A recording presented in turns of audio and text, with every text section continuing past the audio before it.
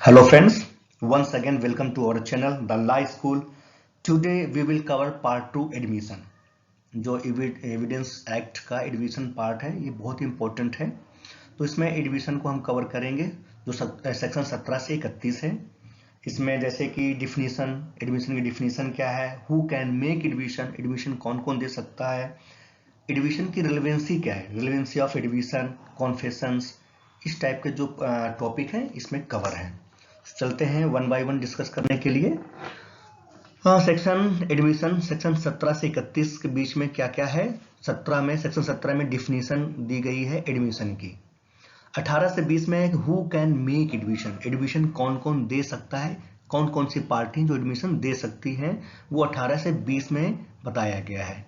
Section 21 से 30 अब जो एडमिशन दे रहा है, दो कौन कौन पार्टी दे रही है, तो उस एडमिशन की रिलेवेंसी क्या है। तो रिलेवेंसी ऑफ एडमिशन 21 से 30 है और सेक्शन 24 से 30 कॉन्फेक्शन बताया गया है। और लास्ट में है 31 और एक सेक्शन और है 58 जिसमें बताया गया है कि एविडेंशियरी वैल्यू ऑफ एडमिशन, उसकी एविडेंशियरी वैल्यू क्या क्या है।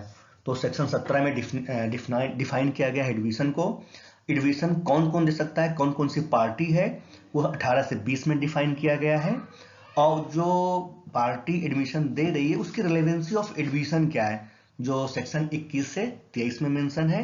और लास्ट वन इज 24 to 30 कॉन्फेक्शन, जो एडमिशन का एक बहुत ही इंपॉर्टेंट पार्ट है। चलते हैं उसके definition. Admission section 17 definition of admission. General terms of admission को हम कह सकते हैं कि voluntary statement which is given by person या acknowledgement of fact by making a statement. पर एज पर बियर एक्ट के हिसाब से कि एडमिशन तो एक तरीके से स्टेटमेंट ही है। तो स्टेटमेंट क्या कह सकते हैं कि स्टेटमेंट में be given oral form, documentary form या electronic form which is suggested. अब डिफिनेशन क्या है, acknowledgement of fact by making a statement. Statement में be given oral form, documentary form, electronic form में हो सकती है। बट जो एडमिशन है, जो स्टेटमेंट है, वो किससे रिलेटेड होनी चाहिए, फैक्ट इन इशू या रिलेवेंट फैक्ट से होनी चाहिए। इन रेफरेंस मीन होता है कनेक्शन टू या एग्जिस्टिंग ऑफ फैक्ट या एग्जिस्टिंग ऑफ स्टेटमेंट या नॉन एग्जिस्टिंग ऑफ स्टेटमेंट को इन्फ्रेंस बोलते हैं। तो कैसा स्टेटमेंट होना चाहिए, ओरल फॉर्म, डॉक्यूमेंट्री फॉर्म में भी हो सकते हैं, इलेक्ट्रॉनिक फॉर्म भी हो सकते हैं। जो वो स्टेटमेंट है वो फैक्ट इन इशू या रिलेवेंट फैक्ट से कनेक्शन होना चाहिए। किसके द्वारा देना चाहिए, मेड बाय पर्सन। सेक्शन 18 से 20 में बताया गया है कि who can make evidence by person. उस कंडीशन में जो एडमिशन है वो किस कंडीशन में होनी चाहिए, अंडर सेक्शन सर्कमटेंसेस जो दी गई है सेक्शन 18 से 30 दी गई हुई है। चलते हैं वन बाय वन डिस्कस करने के लिए। Section 18 who can make admission which is mention 18 to 20। Who can make admission, कौन कौन सी पार्टी हैं जो एडमिशन दे सकती हैं। तो party to the proceeding, civil case में प्लेंटिफ और डिफेंडिव होते हैं, क्रिमिनल केस में एक्यूज्ड एंड विक्टिम होता है, वो दोनों क्या कर सकते हैं, एडमिशन दे सकती हैं। ठीक है। ऑथोराइज टू एजेंट की बड़ी बड़ी कंपनी जो होती हैं वो अपने एम्प्लॉय को या किसी एजेंट को ऑथोराइज कर देती है with the help of authorise letter. जो भी स्टेटमेंट एडमिशन दिया जाएगा वो कंपनी का ही माना जाएगा। तो इस टाइप के जो भी एजेंट होते हैं वो भी एडमिशन दे सकते हैं। थर्ड है party in representative in character. ऐसी पार्टी जो किसी ग्रुप को रिप्रेजेंट कर रही है, किसी स्टेट को रिप्रेजेंट कर रही हो, जैसे कि एचयूएफ करता है, वो कंपनी को अपने फैमिली को रिप्रेजेंट कर रहा है, तो उसका भी स्टेटमेंट एडमिशनेबल होगा। फोर्थ है person interest in subject matter. ऐसे पर्सन जो टाइटल्स या सब्जेक्ट से इंटरेस्टेड हो, सपोज दैट कोई एक लैंड है, उसके कई ओनर्स हैं, तो उन सभी का स्टेटमेंट, वो सभी स्टेटमेंट एडमिसिबल होगा, एडमिशन दे सकते हैं। फिफ्थ है person from who interest drive. ऐसे पर्सन जो उस केस से इंटरेस्ट ड्राइव हो रहे हो तो वो भी एडमिशन दे सकते हैं। सेक्शन 18 में बताया गया है कि हु कैन मेक एडमिशन, कौन कौन सी पार्टी हैं जो एडमिशन दे सकती हैं सेक्शन 18 में। और कुछ और भी कंडीशन है जिसमें पार्टी एडमिशन दे सकती है। सेक्शन 19 में बताया गया है कि ऐसा कोई पर्सन जो पोजीशन में हो किसी की लाइबिलिटी को डिफाइन करने के लिए, तो वो भी एडमिशन दे सकती हैं। सिंपल एक एग्जांपल समझते हैं। ए और बी है, बी की कई प्रॉपर्टी है, तो बी ने ए को ऑथोराइज कर रखा है to collect rent from tenant, but A fail हो जाता है या सी से रेंट कलेक्ट करने में फेल हो जाता है, तो बी सू कर देता है ए पे। तो उस कंडीशन में जो सी टेनेंट नाम का व्यक्ति है उसका स्टेटमेंट एडमिसिबल होगा। क्यों?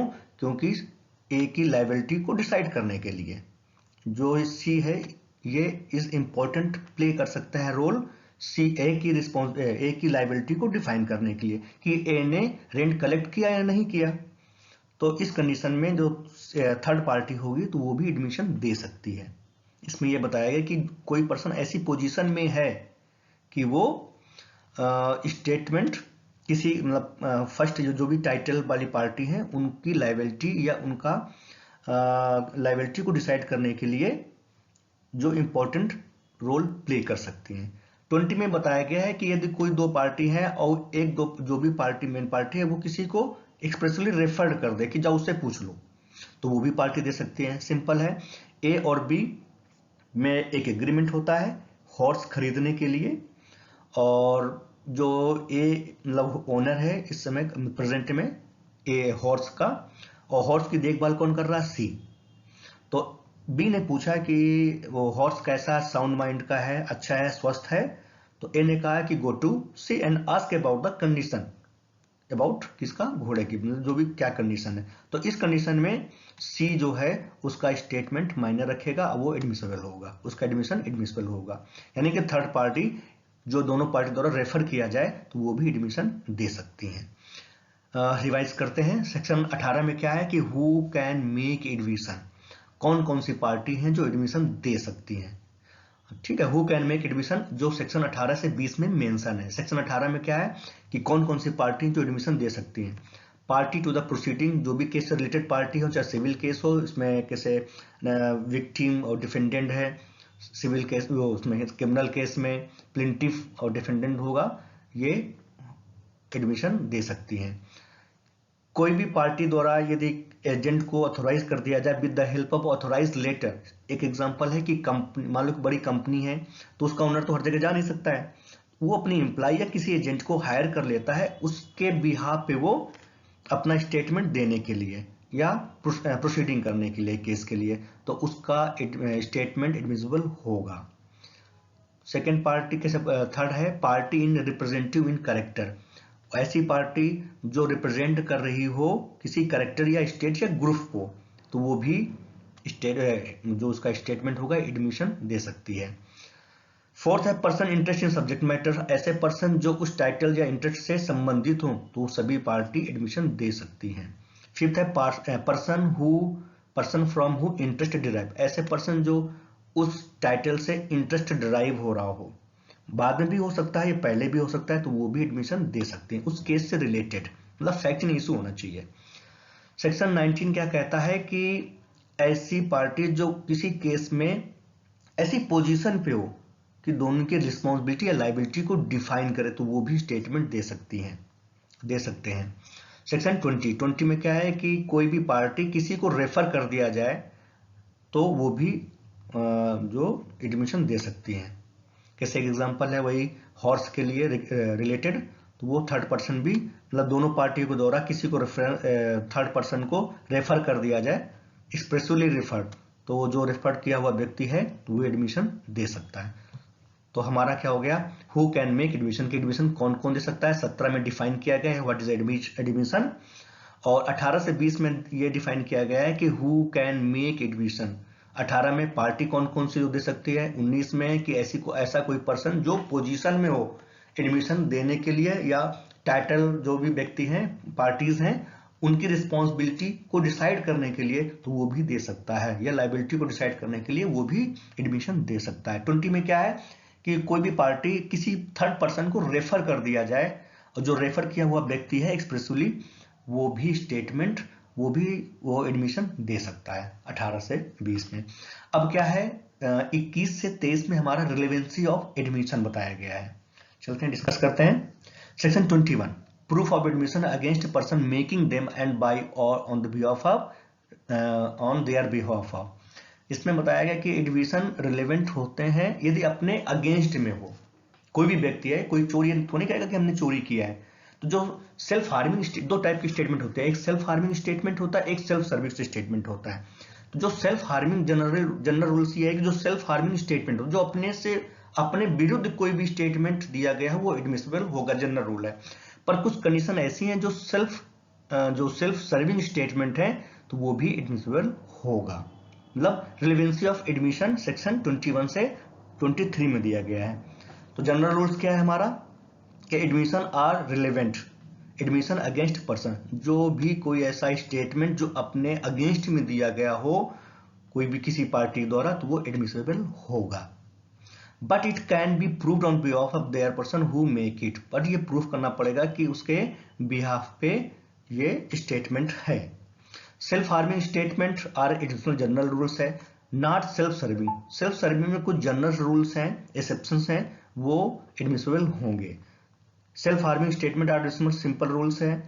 इसके एक्सेप्शन क्या है, कुछ ऐसी सिचुएशन होंगी जहां पे सेल्फ सर्विंग स्टेटमेंट एडमिसिबल होगा। वो सिचुएशन क्या क्या है, if person were dead then such statement would have been relevant. क्या क्या कि यदि कोई पर्सन मर रहा हो, सेक्शन 32 क्या है, डाइंग रिलेशन स्टेटमेंट होते हैं, तो वो हमारे एडिशनल माने जाते हैं। मरते हुए व्यक्ति बता दे कि हमें किस कारण से, मतलब हमारी डेथ कैसी हुई है, उसके कॉज क्या है, और इस सिचुएशन में यदि वो व्यक्ति मर जाता है तो वो 32 में कवर हो जाएगा। But dead person can be survive, उस स्टेटमेंट जब दे रहा हो इसके बाद वो सर्वाइव कर जाता है, तो इस सिचुएशन में जो सेल्फ सर्विंग स्टेटमेंट है वो एडमिसिबल होगा। मर गया, उसका स्टेटमेंट 32 में जाएगा डाइंग रिलेशन में। इन केस वो बंदा सर्वाइव कर गया तो हमारा सेक्शन 21 में वो फॉल करेगा। ठीक है, मतलब सिंपल है कि जब वो मर रहा व्यक्ति, यदि वो अपना स्टेटमेंट देता है कि हम उसके कॉजेस क्या हैं, क्या हम मरे, कैसे कैसे उसकी डेथ हो रही है, तो उसका डाइंग रिलेशन में जाएगा यदि वो व्यक्ति मर गया। But in case dead person can be survive, तो वो 21 में फॉल करेगा उसका एडमिशन। सेकेंड सिचुएशन का statement about existence of mind and body of या कंडक्ट, ऐसा व्यक्ति जो उस समय स्टेटमेंट दे रहा हो और उसकी बॉडी लैंग्वेज, उसका स्टेट ऑफ माइंड एग्जिस्टिंग करता हो, जो बोलना जो उसके दिल में वही स्टेटमेंट दे रहा हो, उसके बॉडी लैंग्वेज से पता चल जाता है, तो इस टाइप का जो भी स्टेटमेंट होगा वो सेल्फ सर्विंग स्टेटमेंट एडमिसिबल होगा, सेक्शन 21 में फॉल करेगा। मतलब उसका स्टेट ऑफ माइंड और या कंडक्ट, बिहेवियर, उसका हाव भाव, बोलते वक्त मालूम चल जाता ना कि व्यक्ति झूठ बोल रहा है या सही बोल रहा है, तो यदि वो सही बोल रहा है, उसका स्टेट ऑफ माइंड एग्जिस्टिंग कर रहा है उस केस से रिलेटेड, उस स्टेटमेंट से रिलेटेड, तो उसका कंडक्ट, उसका बिहेवियर वो सेल्फ सर्विंग स्टेटमेंट में एडमिसिबल होगा। थर्ड है जनरल रूल्स है कि when statement are relevant otherwise than admission. कुछ ऐसे सिचुएशन भी हो सकते हैं कि जस्ट सेक्शन 6 वाला, या उसमें क्या बोलते हैं उसको, मतलब सीक्वेंस ऑफ क्राइम होते हैं, उसको जोड़ने के लिए कोई भी ऐसी कैटेगरी है जो किसी में ना फॉलो करता हो, वो सेल्फ सर्विंग स्टेटमेंट में फॉल कर जाएगा। तो 21 क्या बताता है कि जनरल रूल्स हमारे जो स्टेटमेंट होते हैं जो अपने अगेंस्ट में होते हैं वो एडमिसिबल है।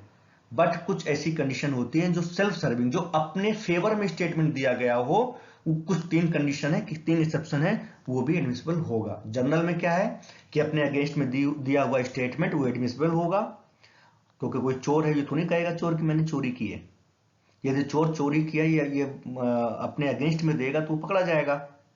तो सेल्फ हार्मिंग स्टेटमेंट क्या होते हैं, वो एडमिसिबल होते हैं। बट जो सेल्फ सर्विंग स्टेटमेंट होते हैं अपने फेवर में कही हुई बात को, तो वो कुछ कंडीशन होती हैं जो एडमिसिबल होंगे। वो 3 कंडीशन है, 3 एक्सेप्शन है। ठीक है, नेक्स्ट है 22, when oral admission as to content of documents are relevant. Section 22 ये बताता है कि कंटेंट ऑफ डॉक्यूमेंट में ओरल जो स्टेटमेंट है वो एडमिसिबल नहीं होगा। ठीक है, section 2 provide that oral admission as to content of documents, जो डॉक्यूमेंट्स है डॉक्यूमेंट्री फॉर्म में है, वो ओरल जो एडमिशन करेगा वो आर नॉट रिलेवेंट माने जाते हैं। पर कुछ कंडीशन ऐसी हैं, 2 कंडीशन, जिसमें वो जो कंटेंट ऑफ डॉक्यूमेंट के फेवर में ओरल एडमिशन हमारा एडमिसिबल होगा। वो कंडीशन क्या क्या है, when the party proposing to give them in able to proof. कैसे, फर्स्ट हमारी कंडीशन क्या है कि he is entitled to give secondary evidence of contents of document. जो फर्स्ट एविडेंस को प्रूफ करने के लिए यदि ओरल एडमिशन किया जाए तो इस कंडीशन में सेकेंडरी एविडेंस को प्रूफ करने के लिए ओरल एडमिशन एडमिसिबल होगा। और उस डॉक्यूमेंट को जेन्युइननेस जो उसकी है कि ये सही है कि गलत है, ये जेन्युइननेस की क्वेश्चन अराइज होता है जेन्युइन के लिए, तो वो ओरल एडमिशन एडमिसिबल होगा। सेक्शन 2A ये 10-17 अक्टूबर 2000 में इंसर्ट किया गया था जब इलेक्ट्रॉनिक आईटी एक्ट जो आया था। उसमें क्या है कि 20 provides that oral admission as to content electronic record, जो उसका इलेक्ट्रॉनिक रिकॉर्ड की जेन्युइननेस को प्रूफ करने के लिए जरूरत पड़ती है ड्यूली प्रूफ किया जाएगा ओरल एविडेंस के तहत, तो ये भी एडमिसिबल होगा। इलेक्ट्रॉनिक फॉर्म में है, उसकी जेन्युइननेस को क्वेश्चन रेज किया जा रहा है तो ओरल एडमिशन एडमिसिबल होगा उसको प्रूफ करने के लिए। कब आया था? 17 अक्टूबर 2000 को। 22 was inserted by IT act 2000 में ये इंसर्ट किया गया था सेक्शन 22A। 22 मीन क्या है कि ओरल एडमिशन होते हैं कंटेंट फॉर्म में, कंटेंट ऑफ डॉक्यूमेंट फॉर्म में वो रेलिवेंट नहीं माने जाते हैं, बट कुछ ऐसी सिचुएशंस होती हैं, 2 सिचुएशन मेनली जिसपे ओरल एविडेंस एडमिसिबल होगा। फर्स्ट जो कि सेकेंडरी एविडेंस है उसको प्रूफ करने के लिए तो ओरल एविडेंस वहां पे एडमिसिबल होगा कंटेंट ऑफ डॉक्यूमेंट की रिकॉर्डिंग। दूसरा क्या है, उसकी जो कंटेंट ऑफ डॉक्यूमेंट है उसका जेन्युइननेस जो जेन्युइन है उसको प्रूफ करने के लिए तो ओरल एविडेंस दिया जा सकता है, वो एडमिसिबल होगा। 22 में क्या है कि इलेक्ट्रॉनिक रिकॉर्ड्स है उसको प्रूफ करने के लिए ओरल जो एडमिशन दिया जाएगा वो एडमिसिबल होगा। 17 अक्टूबर को ये इंसर्ट किया गया था सेक्शन 22A।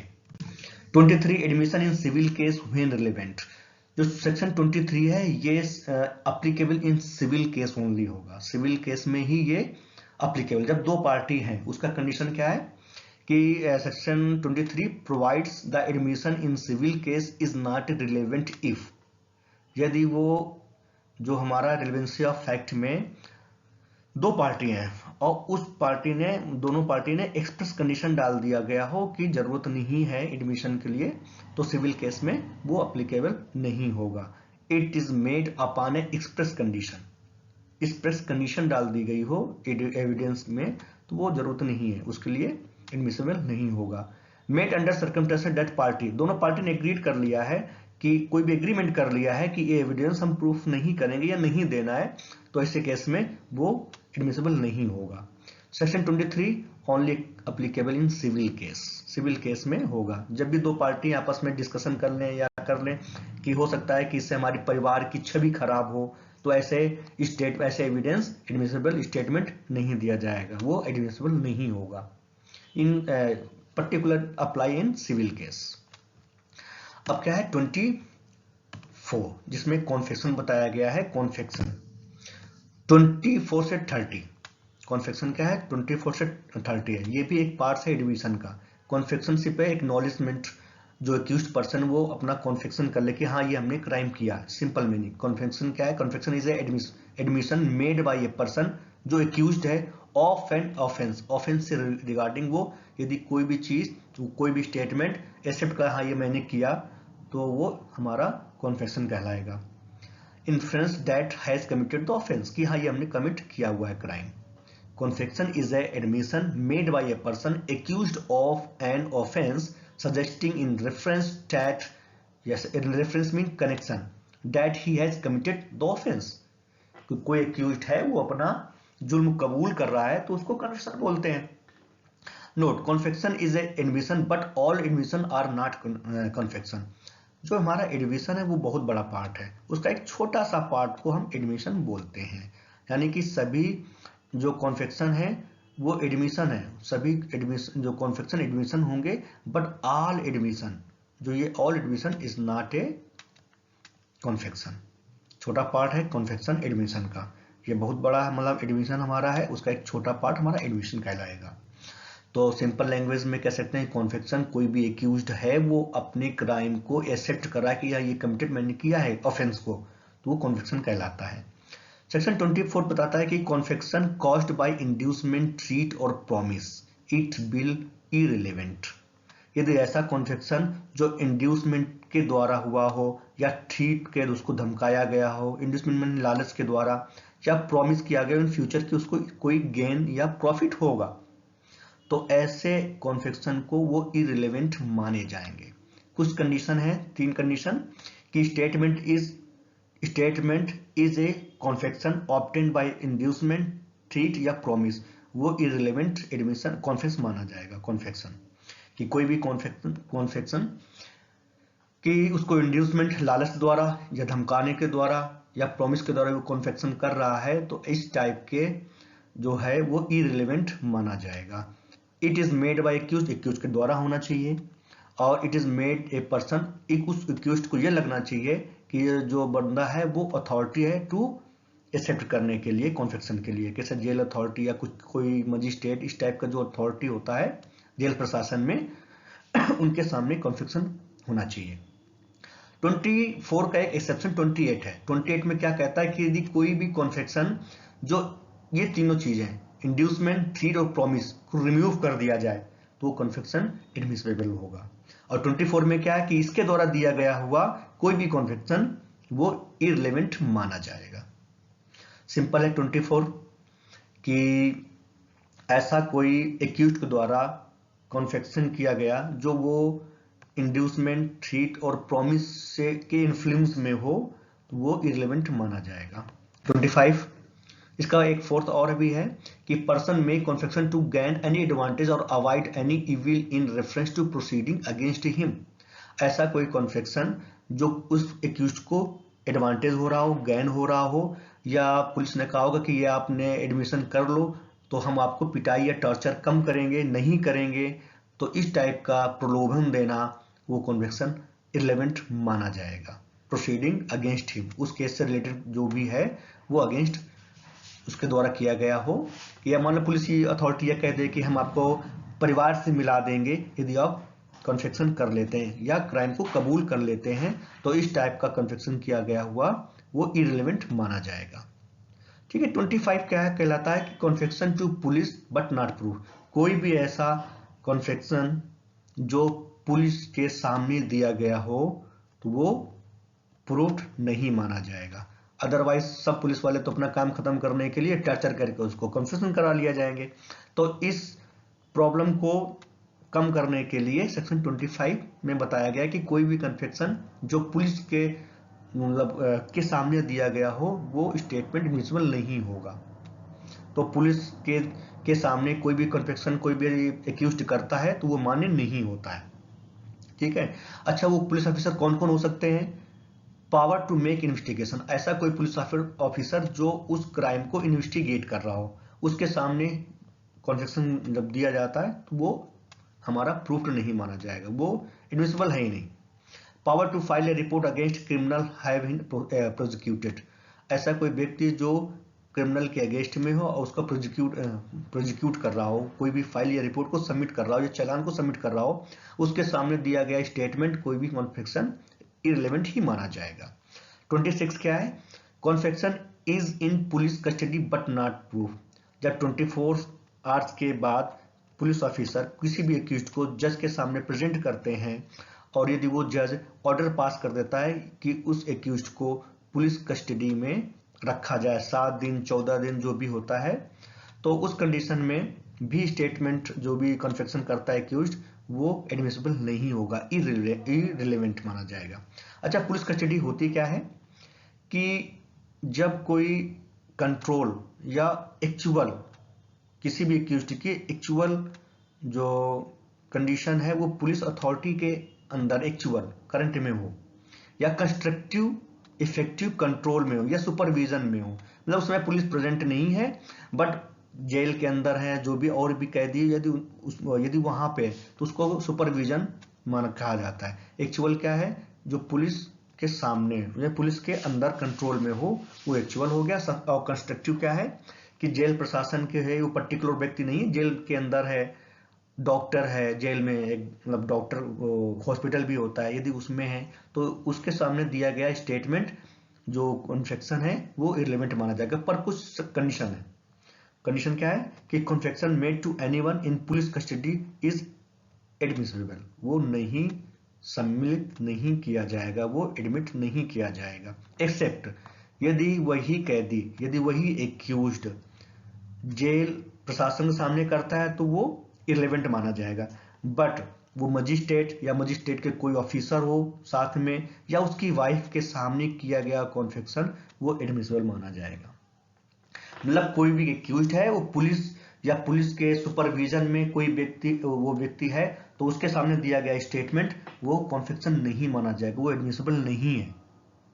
और क्या है कि एक्सेप्शन क्या है, यदि मजिस्ट्रेट या मजिस्ट्रेट की वाइफ के सामने यदि कोई कैदी या कोई एक्यूज्ड अपने गुनाह को कबूल कर रहा है, एक्सेप्ट कर रहा है, कॉन्फेक्शन कर रहा है तो वो एडमिसिबल होगा। कन्विक्शन मेड टू प्रिजनर, यदि और भी कैदी हैं उनके साथ में यदि किसी कैदी को कह रहा है कि हाँ ये हमने मर्डर किया है तो वो भी कन्फेक्शन एडमिसिबल नहीं होगा। Confession made to doctor while police standing outside, jail जो बड़ी बड़ी जेल होती है उसमें क्या होता है ना कि एक हॉस्पिटल भी होता है, क्योंकि कोई कैदी बीमार हो जाए, कहीं 3000 कहीं 4000 कैदी होते हैं, एक्यूज्ड होते हैं, और इस कंडीशन में यदि वो एक्यूज्ड हॉस्पिटल में जाता है और डॉक्टर बातों बातों में पूछ लेते हैं कि आपने क्या क्राइम किया है कि नहीं किया, आप इनोसेंट हो क्या है, इस सिचुएशन में यदि पुलिस बाहर खड़ी है, उसके इन्फ्लुएंस में है, उसके सुपरविजन में है, उसके द्वारा सुपरवाइज किया जा रहा हो तो वो कॉन्फेक्शन, वो स्टेटमेंट एडमिसिबल नहीं होगा। यदि पुलिस या आउटसाइड बाहर गेट के बाहर खड़ी है और वो डॉक्टर से बोला कि हाँ हमने क्राइम किया हुआ है तो इस सिचुएशन में वो स्टेटमेंट कॉन्फेक्शन एडमिसिबल नहीं होगा यदि पुलिस कुछ का है। Confession to driver when police is not inside the car, कुछ कंडीशन ऐसी हो जाती हैं कि मान लो कोई उस एक्यूज्ड को कार से कहीं ले जा रहे हैं और ड्राइवर से यदि वो अपना स्टेटमेंट कहता है कि हाँ ये हमने क्राइम किया, वो एक्सेप्ट करता है तो इस कंडीशन में भी वो एक्सेप्ट एडमिसिबल नहीं होगा। Confession to driver when police is not inside the car, तो इस कंडीशन में वो एडमिसिबल नहीं होगा। तो ये 4 कंडीशन है कि कोई भी एक्यूज्ड पुलिस प्रशासन के सामने जो एक्चुअल और सुपरविजन कंडीशन सुपरवाइज पुलिस प्रशासन के द्वारा किया जा रहा है, इस कंडीशन में यदि वो कोई भी स्टेटमेंट कॉन्फेक्शन करता है तो वो एडमिसिबल नहीं होगा एक्सेप्ट मजिस्ट्रेट एंड उसकी वाइफ। ठीक है, कोई कैदी के मतलब कैदी आपस में बात कर रहे हैं तो वो यदि वो एक्सेप्ट करता है कि हमने क्राइम किया तो वो भी नहीं माना जाएगा। डॉक्टर के से इलाज करवा रहा है और यदि पुलिस प्रशासन गेट के बाहर खड़ी है तो वो भी नहीं माना जाएगा, उसका एडमिसिबल नहीं होगा। और यदि वो कहीं जा रहा है ड्राइवर को बोल दे, ऐसा कोई केस में हुआ था कि पुलिस प्रशासन किसी एक्यूज्ड को लेके जा रही है पर उनको कुछ काम पड़ जाता है तो उस एक्यूज्ड को हैंड ओवर कर देते हैं सरपंच या प्रधान को कि इसको हैंड ओवर करो, हम अभी आके उसको अपने अंडर में ले लेंगे। और यदि वो एक्यूज्ड उस सरपंच के सामने करता है कोई भी बात या एक्सेप्ट करता है तो वो पार्टी जो है वो जो कॉन्फेक्शन है स्टेटमेंट है वो एडमिसिबल नहीं होगा, क्योंकि वो भी तो एक तरीके से सुपरवाइज किया जा रहा है ना, कंस्ट्रक्टिव सुपरवाइज किया जा रहा है ना पुलिस के द्वारा, तो वो एक्सेप्टेबल नहीं होगा या एडमिसिबल नहीं होगा। 27 में क्या है कि how much information received from an accused by proved, कितनी इंफॉर्मेशन है जो रिलेवेंट होगी, फैक्ट इन इशू है या रिलेवेंट फैक्ट होगा। कोई भी मतलब कि पुलिस वाले किसी एक्यूज्ड को कन्फेक्शन वो करता है पुलिस के सामने तो हो सकता है कुछ कंडीशन ऐसे सर्कमस्टेंसेस आ जाए, जैसे कोई मान लो व्यक्ति मर्डर करके आ गया और वो मर्डर करके आ गया, पुलिस के सामने कहता है कि हमने मर्डर किया है, बट उस जो एफआईआर है उतने पार्ट को छोड़ के कि हमने ये जो एक्सेप्ट किया है पुलिस के सामने कि हमने ये मर्डर किया है, बाकी रिलेवेंट होगी और जो कन्फेक्शन स्टेटमेंट है वो इररिलेवेंट मानी जाएगी। कुछ कंडीशन ऐसी हैं जहां पे कुछ स्टेटमेंट डिस्कवरी स्टेटमेंट माना जाता है अंडर सेक्शन 27 के तहत। पहली बात तो क्या है कि पर्सन वो एक्यूज होना चाहिए किसी ऑफेंस से और पुलिस कस्टडी में हो, पुलिस कस्टडी में हो, वो पर्सन एक्यूज्ड है, अपना स्टेटमेंट दे रहा हो। ही मेक्स कन्फेक्शन और नॉन कन्फेक्शन स्टेटमेंट, वो कोई स्टेटमेंट या ऐसा दे रहा हो कि हाँ हमने मर्डर किया या नहीं किया है, ये होना चाहिए, स्टेटमेंट देना चाहिए किसके अंदर, पुलिस कस्टडी के अंदर। फिर कह रहा है कि in such statement he disclose about the place of hiding object related to offence, मान लो कि वो एक्यूज्ड है, वो उसको टॉर्चर किया जा रहा है या स्टेटमेंट देता है पुलिस के सामने, तो वो कहता है कि और सिर्फ उसी को मालूम होना चाहिए जो एक्यूज्ड है कि वो हमारा ऑब्जेक्ट कहाँ पे उसको हाइड किया है। मान लो कोई भी एक्यूज्ड है किसी चाकू से किसी व्यक्ति को मार देता है और उसको फिर पुलिस उसको टॉर्चर करती है, जो पुलिस कस्टडी में होती है, स्टेटमेंट कहला वो बताता है, तो सिर्फ उस एक्यूज्ड को ही मालूम है कि वो नाइफ, शार्प नाइफ कहाँ पे है, तो उस स्टेटमेंट को डिस्क्लोजर स्टेटमेंट माना जाएगा। और इन कंडीशन में, यानी सपोज्ड कंडीशन में, यदि पुलिस वाले वहां उस प्लेस पे जाते हैं, उसको सर्च करते हैं उस ऑब्जेक्ट को, और वो ऑब्जेक्ट मिल जाती है हाइडिंग प्लेस में, तो disclosure statement converted into discovery statement under section 27 is admissible. तो कितना स्टेटमेंट माना जाएगा? सिर्फ प्लेस ऑफ हाइडिंग जो है वो स्टेटमेंट एडमिसिबल होगा, और बाकी जो स्टेटमेंट है वो इररिलेवेंट माना जाएगा। इसके जो कंडीशन है 27 का, कि उतना ही इंफॉर्मेशन जरूरी हो जो object, hiding of object related हो, वो डिस्क्लोजर स्टेटमेंट होगा, और वो ऑब्जेक्ट मिल जाता है उसी प्लेस पे जहां वो डिस्क्लोज करता है, तो ऐसे स्टेटमेंट को, जो डिस्क्लोजर स्टेटमेंट है, वो डिस्कवरी स्टेटमेंट माना जाएगा। बहुत ही फेमस केस है इन तीनों केस में। Agnu Nagesia versus state of Bihar है, मोहम्मद इंतहुल्ला खां वर्सेस स्टेट ऑफ महाराष्ट्र है, पांडुरंगा कालू पटेल।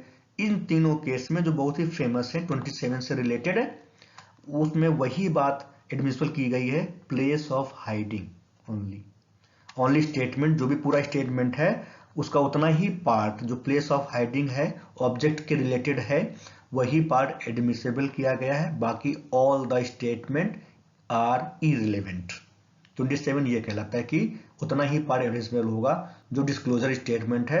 लास्ट में यदि वो ऑब्जेक्ट मिल जाता है उसी प्लेस पे हाइडिंग पे, तो वो उस स्टेटमेंट को डिस्कवरी ऑफ स्टेटमेंट कहा जाता है।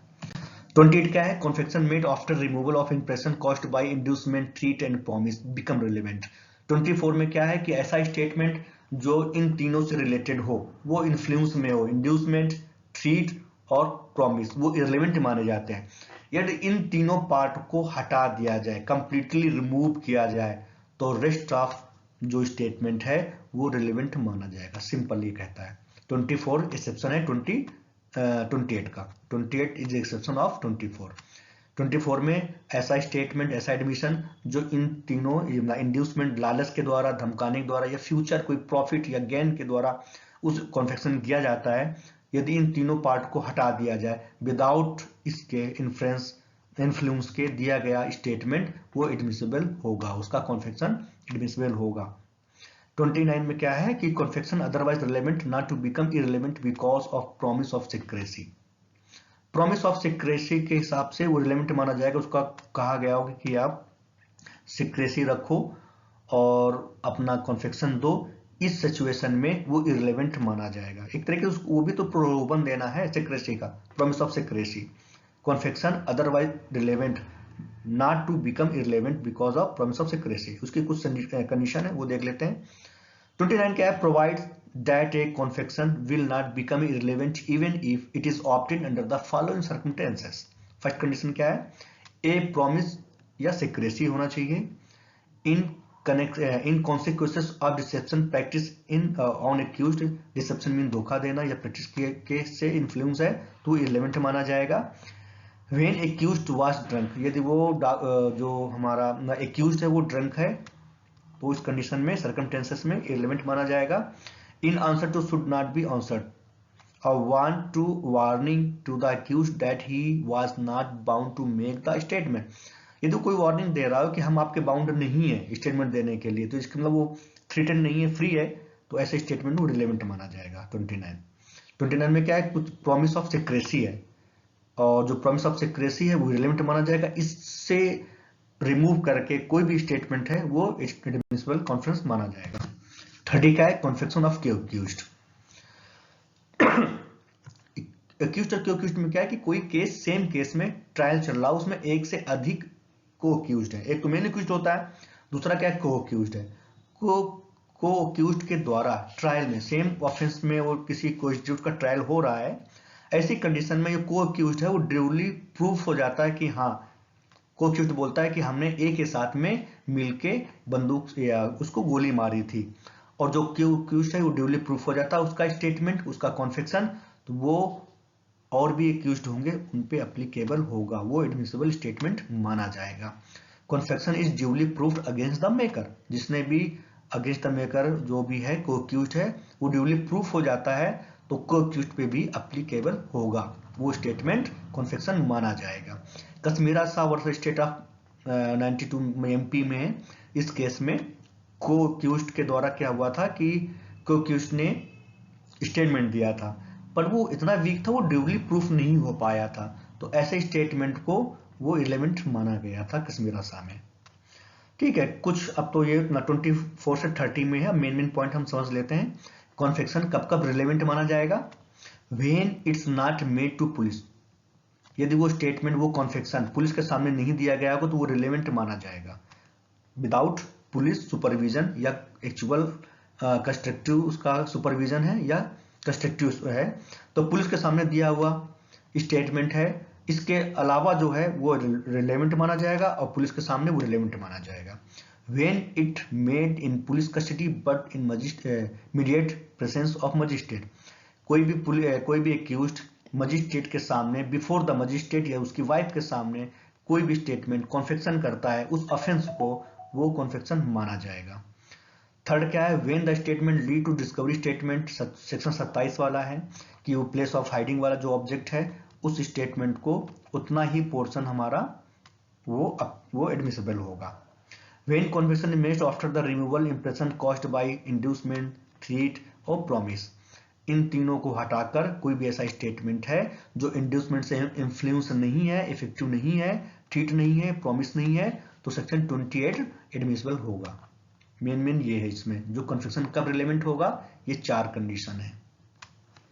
Next 31, admission not conclusive proof but में स्टॉपल। एडमिशन क्या है? वो कंक्लूसिव, कोई भी एडमिशन कोई पार्टी देता है तो वो हमारा, अब 31 क्या है? एडमिशन है, और कॉन्फेक्शन क्या है? सेक्शन 24 से 30 तक। 31 में क्या है? ये एविडेंशियल वैल्यू ऑफ एडमिशन बोला, इसमें मतलब बताया गया है। Admission are not conclusive proof of the matter admitted, but they may be operated as estoppel under the provision hereinafter contained. इसमें ये बताया गया है कि एडमिशन जरूरी नहीं कि वो कंक्लूसिव प्रूफ हो, लास्ट यानी कि कंप्लीट, ये नहीं माना जाएगा ये राइट है या रॉन्ग है, उसका तो क्रॉस एग्जामिनेशन होगा। दूसरी पार्टी भी बोलेगी कि जो ए ने स्टेटमेंट दिया है तो बी को राइट है, उसको डिस्प्रूफ करने के लिए कि ये गलत बोल रहा है। सपोज दैट ए ने कैसा कोई स्टेटमेंट दिया और स्टेटमेंट देने के बाद जो बी की पोजीशन है वो उससे रिमूव हो जाता है, तो ए जो है वो स्टॉपल कर दिया जाएगा, यानी कि उसी पे कायम होगा, दोबारा वो अपना स्टेटमेंट चेंज नहीं करेगा। तो evidential value of admission section 31 और 58 में भी यही बात कही गई है सेक्शन में, वो हम नेक्स्ट बताएंगे।